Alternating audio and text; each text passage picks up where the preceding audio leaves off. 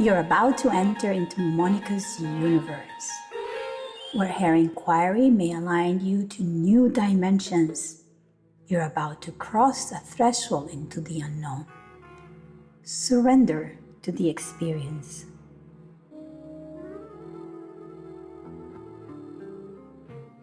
The circular mirror, metacognition and journaling as a method. Movement 1, Epistemology. Metacognition is the awareness of awareness itself, the capacity to observe the structure that generates thought while experience is unfolding. Quote, "The unconscious mind is capable of discernment. It has its own delicate sensibility. It knows how to choose, how to divine." Jules Henri Poincaré, Mathematical Creation, lecture delivered to the Société de Psychologie de Paris in 1908, later published in Science and Method 1908. End of quote. As I was browsing X, I bumped into Eileen Gu, watched the video at the end of Movement 1, who had just won Olympic medals. She was asked how she thinks, and when she was responding, I saw myself reflected in her speech and in her work. I smiled unconsciously, and it led me immediately to something very relaxing. I said to myself, "Oh, I must be doing something good. I must be observing myself, being observed, and then observing others." It all started again with the outside making me reflect about the inside. I first remember wanting to lock myself in my room when I was 10 or 11 years old with the excuse that I wanted to read. And I will be reading a book and then I will turn it over, put it on my belly, and with my eyes open, I would start visualizing the different things that I wanted to do. Somehow I was projecting into my mind what I wanted to achieve. My mom would ask, what was I doing? And I would say, "Hey mom, I'm reading and daydreaming."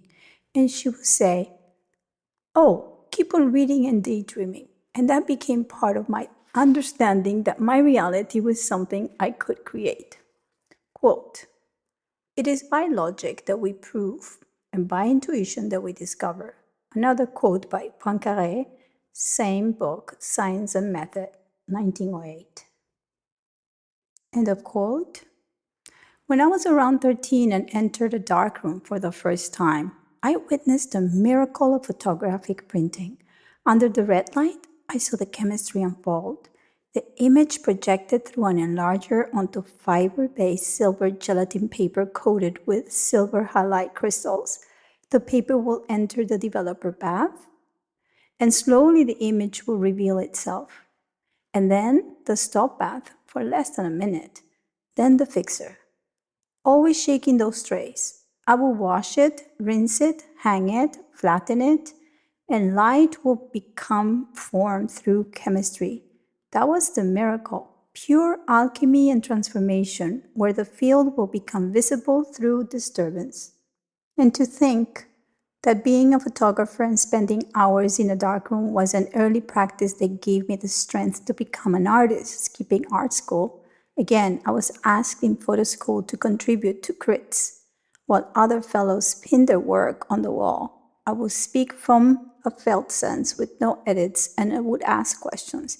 That is when I knew that the power of intuitions had been trained as a method. I began journaling quite early. Journaling was my companion. I would write daily and treat it as a friend. At the same time, I made small prints and asked my mother if I could buy cork. So I would cover an entire wall in my room and I pinned the photographs there. I took pictures every day. I took the camera to school and photographed everything. Before I learned the darkroom process, I had rolls developed and placed the prints on the wall so I could observe them.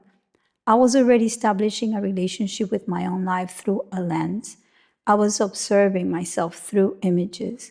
Later, I realized I was learning how to edit.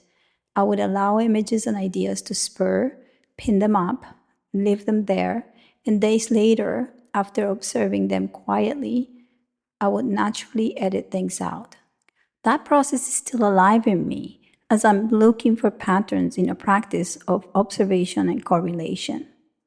I discover in time that my method is observation itself, consciously applied across realms. I have lived this method for decades, and I became aware of how observation operates inside of my own methodology. There is this incredible momentum when I realize that just by looking, I'm changing the outcome. It's like the camera lens again. The act of framing the shot actually changes the scene. When I'm aware of my own awareness, the whole field starts to shift and reorganize itself just because I'm paying attention. It is a clear embodiment of my experience that is both to be felt and to be listened to. There is an echo that needs to be created, an inner dialogue that needs to be heard before it can be shared, and it wants to be defined between different realms. Through echoing, I can listen to myself and keep synthesizing. I resonate with myself through others, and the field becomes an acoustic chamber where coherence can be measured and refined. Now you know why I love sharing my writing through voice. When I started studying quantum fields, I understood something intuitively that I had been perceiving. Reality is described as fields that exist everywhere, and what we can call particles are localized disturbances in those fields. A wave belongs to the field itself, spreading as pattern and possibility. The particle is the event of interaction, the moment where the disturbance becomes measurable. I experience my thoughts and emotions in the same way. A feeling arises as a disturbance in the field of awareness. When I observe it, the interaction becomes embodied and the body registers it as a contraction, a softening, a shift in the breath. The smallest shift in awareness reorganizes the entire field. Quote, "The body is constantly vibrating. It is an oscillator tuned to the frequencies of the universe." Ishak Bentov, Stalking the Wall Pendulum, 1977, end of quote. I've come to see energy as the noise or the ripple in the field. When things get agitated, the energy spikes and I can feel it humming in my nervous system. But when it settles, everything becomes clear. It stabilizes. I'm literally rewiring how I respond by just watching how the interference moves through me, observing how disturbance moves through my body. I study the contraction, the expansion, the subtle shift that signals information reorganizing itself. The relational field reveals what is happening, and the body becomes the parameter through which coherence stabilizes. Awareness at the smallest level shuffles structure, and that reorganization echoes outward through my life. I have understood that evolution only happens through movement, and sometimes these events that create tension happen because there is an interval, such as Gurdjieff writes about the harmonics. In the law of seven, there is an interval between mi and fa and si and do, a place where the movement does not continue automatically and requires conscious participation and a conscious shock for continuation of development. I also relate this to studying W.D. Gann, and he uses the same principles of music to read financial charts, among other methods, integrating the 45 degrees, 90, 135, 180, 225, 270, and 315, and of course the 360 degrees around the cycle. If you compare those, you can also make sense of astrological charts, where these points of stress, these angles, are the ones determining that there is a tension or a moment where things create a crisis between aspects of these archetypes that lead to sometimes uninvited changes or inviting ones. That is why I love to look at transits and journal about them, because I can foresee where the process of evolution will lead. There's an image, the piano keys, and so I'm writing mi, fa, si, do are equivalent to E, F, B, C. I look at the world in layers. There's the mystical, the time and the body, and then the emotional. But then there's this framework, the fifth dimension, where all the patterns live. I don't just think about them, I live in all of them at once. It's how I bridge what I feel in my body with the structures I see in the world. Pattern recognition, archetypes, identification, memory, non-linearity, and possibility exist simultaneously within the same field of awareness. My method is a bridge that translates embodiment into structure and structure into lived experience. There was a time when a contraction meant danger, and now a contraction means information. There was a time when projection felt like truth, and now projection feels like pattern revealing itself. Metacognition allows the nervous system to participate in cognition. The body becomes an instrument of discernment. I recognize projection in real time as the activation of pattern rather than the definition of reality. Some years ago, I began journaling about everything furiously. Every thought, every feeling, every observation will be included in multiple dialogues across my cognitive awareness. I created many assistants with different LLMs that I find fascinating for journaling and reflecting back. I ask everything to be transcribed verbatim, and then I play the sound. I listen to my thoughts with a different voice and a different accent, and it allows me to have a conversation with myself while observing how my thoughts are printed in real time. I created assistants for financial decisions, for daily gratitude and scope, for what I want to do today and what I did yesterday. I created others that tracked psychological progress alongside my astrological transits so I could prepare for meetings with Mark Kai.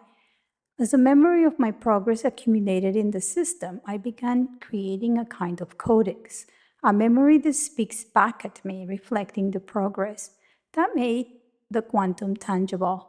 I observed that I could use technology the way I once used photography, printing, and cork walls.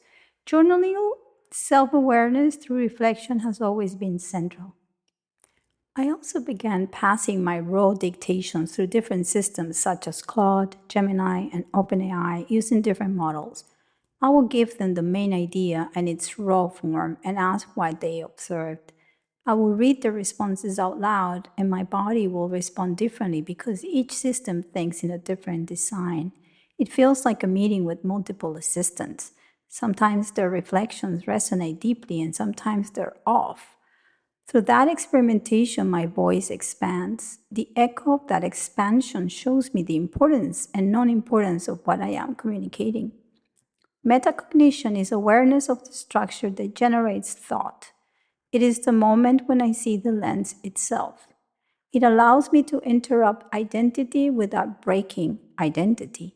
It allows me to see the difference between a thought and the pattern that produces it, between emotional charge and inherited narrative, between projection and present signal. Attention carries direction and consequence. Where I place attention, disturbance amplifies or settles. Awareness compresses time because when I observe a pattern in real time, repetition dissolves at its root. This process, along with the recognition my body emits, is playing beautifully between hemispheres of logical and emotive streams. For an emotional authority, observing the way patterns speak and do nothing has been quite beneficial in how I relate to situations, people, and things. The sensations are markers, but not truth in the now. It is fascinating how I say again and again that observing and learning how to read financial charts is a practice for my nervous system. If you see the pattern, the wavelength is never a straight line. The frequency differs depending on many factors, and so it is fair to say that the observation brings relativity, same as the nervous system that tracks our emotional body. Right now, I find myself within a field state of evolution and transformation. As I become cognizant of how my value is fully embodied, the small quanta serves as a source of observation and correlation. They are the witness of my witnessing. I journal, therefore I am. I also admit that this is why I consider myself a polymath, and I have the capacity to process many ideas and systems outside of linear time, in a field that connects dimensions. In this field, it's less about static grid and more about how the dots actually connect across my own timeline. It's the archetypes and the memory finally talking to each other. I see the scaffolding now, but it isn't a rigid thing. It's a geometry that breathes. It's the connective tissue of my own awareness. I'm finding that when I simply observe, the correspondence reveal themselves, the emotion acts as the marker, the signal that I'm hitting a nerve, and then the pattern is free to move. It's all one movement within the field. I'm going to play the video of Eileen Gu. Let's see if you can listen. You think before you speak, because you answer questions so quickly and so comprehensively, whether it's about geopolitics or your sport or aerodynamics. Like, can you take us into your brain? Charlotte, that's very kind. Oh man, do I think? I think overall I'm just a pensive person. Like I'm an introspective young woman. Like I spend a lot of time in my head, and it's not a bad place to be. I journal a lot. I break down all of my thought processes. I think I apply a very analytical lens to my own thinking, and I kind of modify it because it's so interesting. You can control what you think. Like you can control how you think, and therefore you can control who you are. And especially as a young person, like I'm 22, so with neuroplasticity on my side, I can literally become exactly who I want to be. How cool is that? Like how empowering is that, right?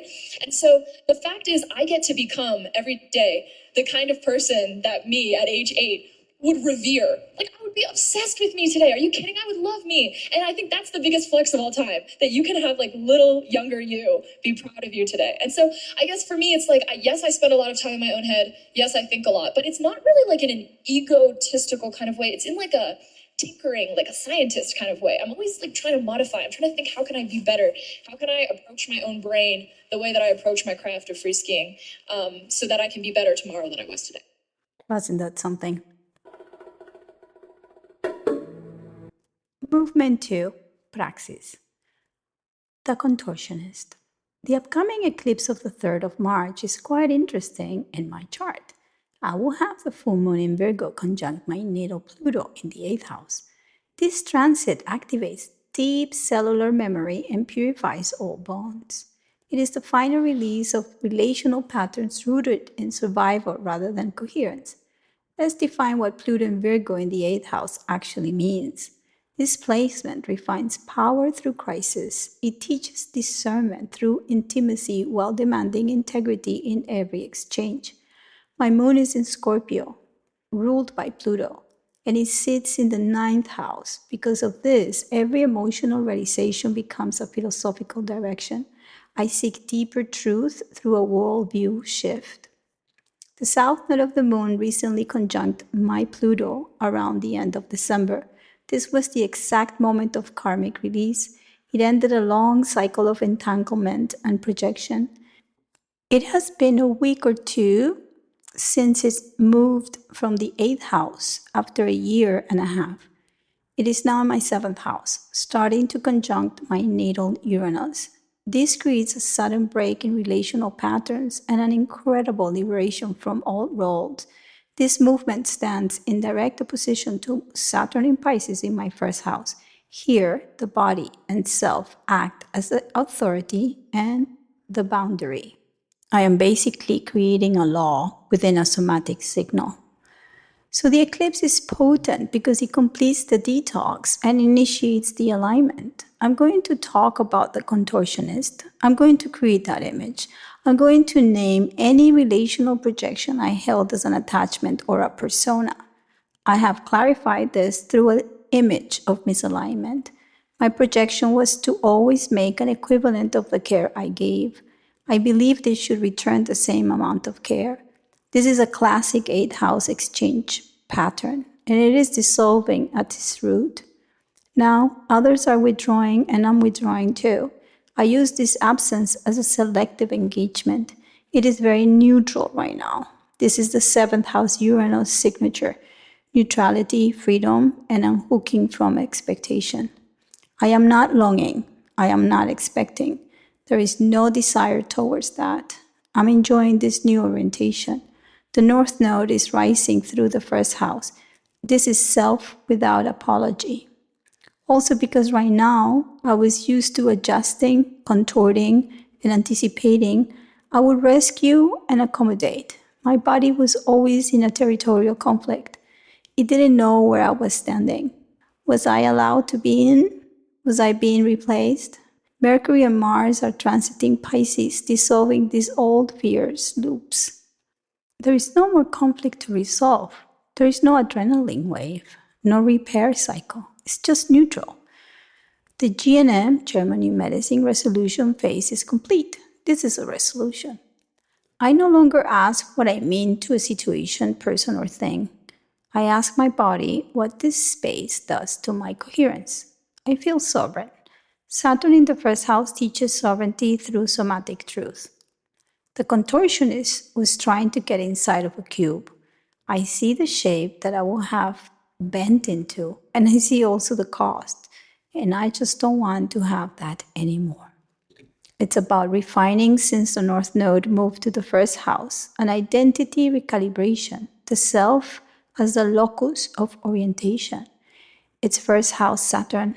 My body is the authority, and I'm really learning to listen to the somatic signal before the emotional pattern intends to hijack me. My moon ruled by Pluto means emotional clarity follows somatic clarity. The sound, the mark, the internal cue is Saturn shaping a new reflex, a new alignment, a new form.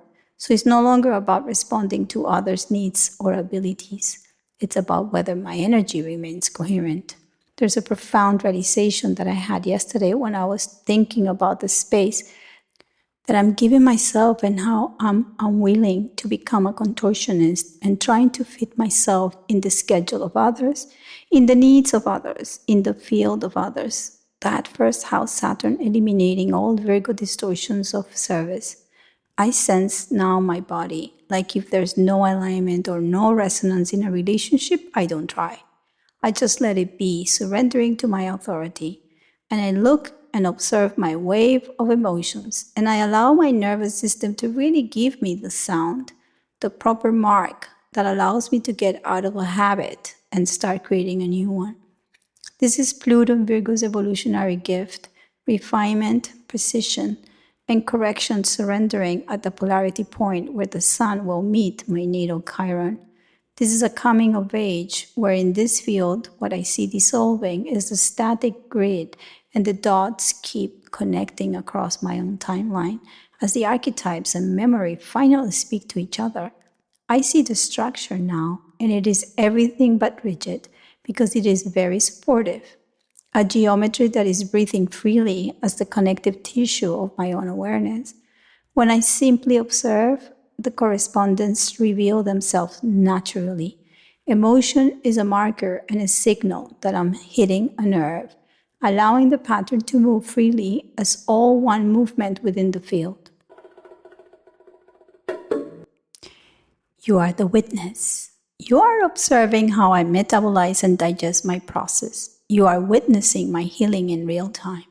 And even though I do not put a lot of details because these belong to my practitioners, I remain open about sharing the movement itself, the way the body processes, digests, and releases because it is the way I'm healing in real time. And Virgo carries this capacity to metabolize truth slowly, to take an experience and break it down until nothing remains undigested. And the eclipse activates that precision through the full moon touching Pluto and Virgo in my 8th house. So everything becomes part of this long digestive cycle that has been working through me for months. Mercury retrograding in Pisces is echoing a path that began last spring when Venus and Mercury crossed the threshold into Aries and then returned to Pisces, refining the same steps. Not at the same degree, but in the same rhythm of correction and surrender. And this time, the conversation is not mental, it is somatic. The surrender arrives through the body itself, expressing what is possible now and dissolving what can no longer be spoken in the old way. So you're seeing the metabolizing process as it happens, the way my system digests the sequence and the way I stay attentive to every signal, because this is how the healing becomes visible. And the culmination of this cycle will arrive on August 28th with the lunar eclipse at 4 degrees of Pisces, a mirror of what initiates now, opening the second passage of a process that began long before I named it. The presence of the moon on my Saturn will mark a moment when coherence becomes formed and responsibility becomes aligned while the body carries the imprint of what has been integrated and allows the next truth to emerge without hesitation. The configuration touches my first house, seventh house, and fourth house, while Uranus in Gemini makes a T-square, so the evolutionary potential is rooted in identity, relationship, and home. These three axes will determine how I stand, how I engage, and how I return to myself. The pressure is not destabilizing, it is shaping the structure that can hold the next expression of my work, my voice, and my connections. Chiron moving to 0 Taurus in late June, returning to the degree of its discovery at 3 Taurus almost 49 years ago, will open another layer that I will write about separately because that return carries the medicine of my Jupiter and the memory of a cycle that has been waiting for completion. Have a great week. There are 2 footnotes. I wrote the word crits, which means critiques, which are formal sessions in art and photography education where students present their work to a group of peers and instructors for collective evaluation in rigorous dialogue to refine the artist's intent and technical execution. Number 2, William D. Gahn's analytical framework integrated geometric division of price and time, including 1 times 1, 45 degrees angles, and square of 9 calculations proposing that cyclical market movements unfold according to the harmonic and vibrational laws. He argued that the relationship between time and price could be measured mathematically and that key turning points occur at specific angular intervals within the 360 degrees.